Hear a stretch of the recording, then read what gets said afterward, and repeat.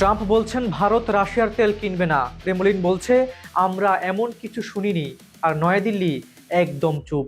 প্রতিদিন 15 lakh barrel Russian তেল কিনে ভারত, যা তাদের মোট চাহিদার 1/3 বেশি। এখন প্রশ্ন হলো, ভারত কি সত্যি পুতিনের সস্তা তেল ছেড়ে ট্রাম্পের প্রস্তাবে রাজি হবে, নাকি এটি আরেকটি বড় ভূ রাজনৈতিক খেলা? খবর সংযোগের বিশ্লেষণমূলক অনুষ্ঠানের আজকের ভিডিওতে থাকছে শুধু ভারত রাশিয়ার তেল কাহিনী নয়, বরং ভেনেজুয়েলা থেকে সৌদি আরব, পুরো বিশ্বের জ্বালানি ও ক্ষমতার নতুন সমীকরণ। চলুন একে একে সব খুলে দেখি।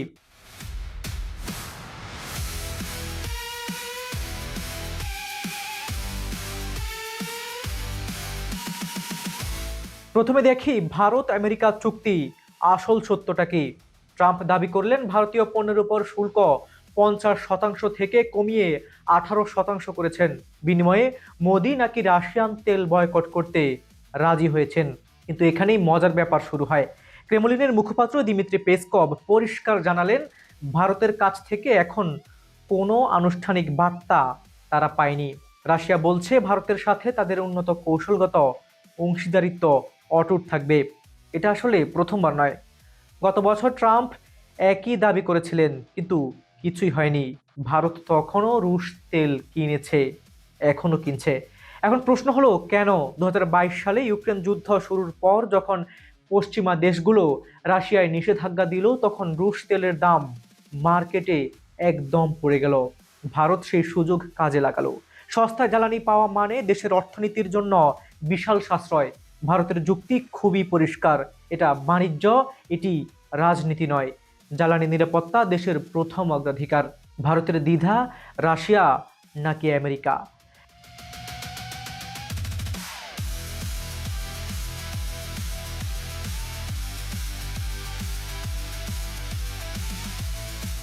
এখন ভারত একটি জটিল অবস্থানে। একদিকে রাশিয়া, যার সাথে দশকের পর দশকের প্রতিরক্ষা সম্পর্ক, সস্তা তেল আর পুরনো কূটনৈতিক বন্ধুত্ব। অন্যদিকে আমেরিকা, যার বাজারে ভারতের রপ্তানি নির্ভরশীল, প্রযুক্তি সহযোগিতা আর চীনকে মোকাবেলার কৌশলগত সহযোগী। ভারত যদি রাশিয়ার তেল ছাড়ে, তাহলে কোথা থেকে সেই শূন্যতা পূরণ হবে? ট্রাম্প বলছেন আমেরিকা আর ভেনেজুয়েলা থেকে, কিন্তু বাস্তবতা হলো আমেরিকান তেল রুশ তেলের চেয়ে অনেক বেশি দামি। ভেনেজুয়েলার তেল সরবরাহ এখনো অনিশ্চিত, কারণ যেখানে রাজনৈতিক সংকট চলছে, তাহলে কি ভারত অর্থনৈতিক ক্ষতি মেনে নিয়ে আমেরিকার প্রস্তাব মানবে? খুবই কঠিন।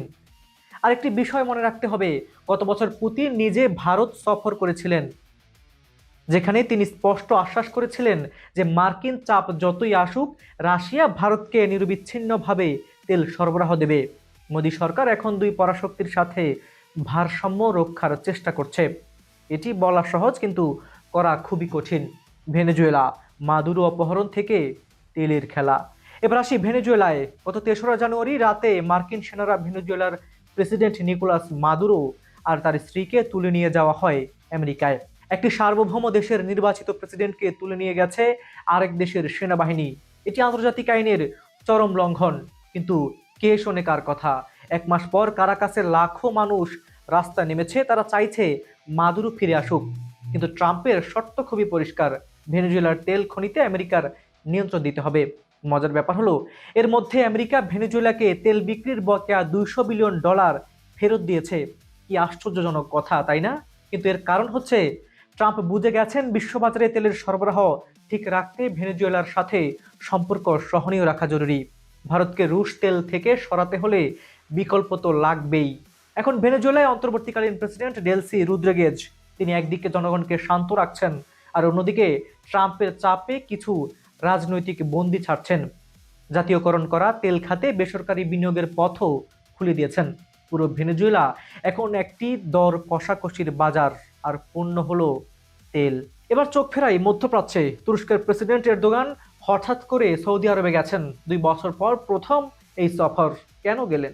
অফিসিয়ালি কিছু বলা হয়নি, কিন্তু সূত্র বলছে আগামী 6 ফেব্রুয়ারি তুরস্কে আমেরিকা আর ইরানের মধ্যে পারমাণবিক আলোচনা হতে পারে।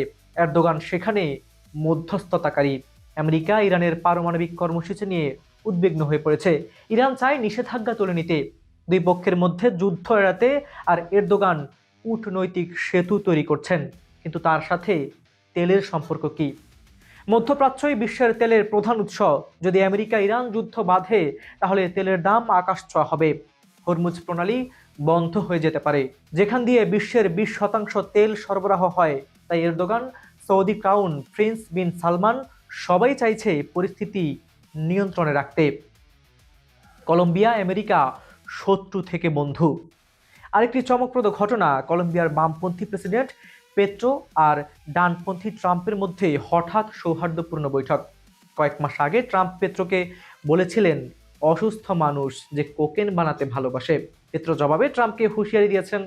কিন্তু হোয়াইট হাউসে বৈঠকের পর দুজনেই বলছেন সম্পর্ক ভালো হয়েছে। ট্রাম্প লিখে দিলেন, আমি কলম্বিয়াকে ভালোবাসি। কেন এই হঠাৎ পরিবর্তন? কারণ দুটো।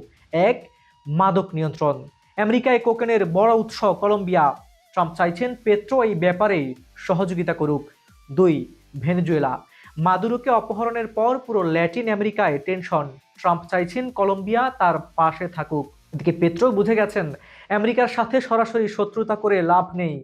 ভেনেজুয়েলা যা হয়েছে, কলম্বিয়াটাও হতে পারে, হতে কতক্ষণ। তাই দুজনেই নমনীয় হলেন। একটি কথা মাথায় রাখবেন, রাজনীতিতে স্থায়ী শত্রু বা বন্ধু নেই, আছে শুধু নিজস্ব স্বার্থ। তো পুরো গল্পটা এক জায়গায় আনলে কি দাঁড়ায়? বিশ্বজুড়ে তেল এখন শুধু জ্বালানি নয়, এটি ক্ষমতার হাতিয়ার। ট্রাম্প চাইছেন রাশিয়াকে অর্থনৈতিকভাবে দুর্বল করতে, তাই ভারতকে চাপ দিচ্ছেন রুশ তেল ছাড়তে। কিন্তু ভারত তার নিজের স্বার্থ দেখছে। ভেনেজুয়েলায় প্রেসিডেন্ট অপহরণ করে তেলের খনিতে কন্ট্রোল নেওয়ার চেষ্টা, এটা নতুন ধরনের সাম্রাজ্যবাদ। মধ্যপ্রাচ্যে ইরান আমেরিকা উত্তেজনা মানে তেলের দাম বাড়া বা কমা। আর কলম্বিয়ার মতো দেশগুলো বুঝে গেছে আমেরিকার খেলায় হয় যোগ দাও নয়তো শিকার হও। ভারতের জন্য এটি ঐতিহাসিক মুহূর্ত। মোদী সরকার কিভাবে এই চাপ সামলায় সেটাই এখন দেখার বিষয়। রাশিয়ার সস্তা তেল ছাড়া মানে কোটি কোটি ডলার বাড়তি খরচ। কিন্তু আমেরিকাকে উপেক্ষা করাও কিন্তু সহজ বিষয় নয়। শেষ পর্যন্ত সত্যি হলো বিশ্ব রাজনীতিতে নৈতিকতা নেই, আছে শুধু স্বার্থ আর তেলের হিসাব। আপনার মতামত কি? ভারত কি রাশিয়ার তেল ছাড়বে, নাকি আমেরিকাকে কূটনৈতিক জবাব দেবে? কমেন্টে জানান। এই চ্যানেল সাবস্ক্রাইব করুন এবং বেল আইকনে প্রেস করুন, কারণ আগামী দিনগুলোতে পরিস্থিতি দ্রুত পরিবর্তন হবে এবং আমি প্রতিটি আপডেট নিয়ে আপনাদের সামনে হাজির হব। খবর সংযোগের ভিডিওগুলো পৃথিবীর কোন প্রান্ত থেকে দেখছেন, Bangladesh, America, Bharat, Europe, UK, Canada, Australia, মধ্যপ্রাচ্য, যেখান থেকে দেখুন না কেন, আমরা আপনার মতামত শুনতে চাই। আপনাদের এক একটি মন্তব্যই আমাদের টিমের জন্য নতুন শক্তি। আজ এই পর্যন্তই। ভালো থাকুন, সুস্থ থাকুন। ধন্যবাদ সবাইকে।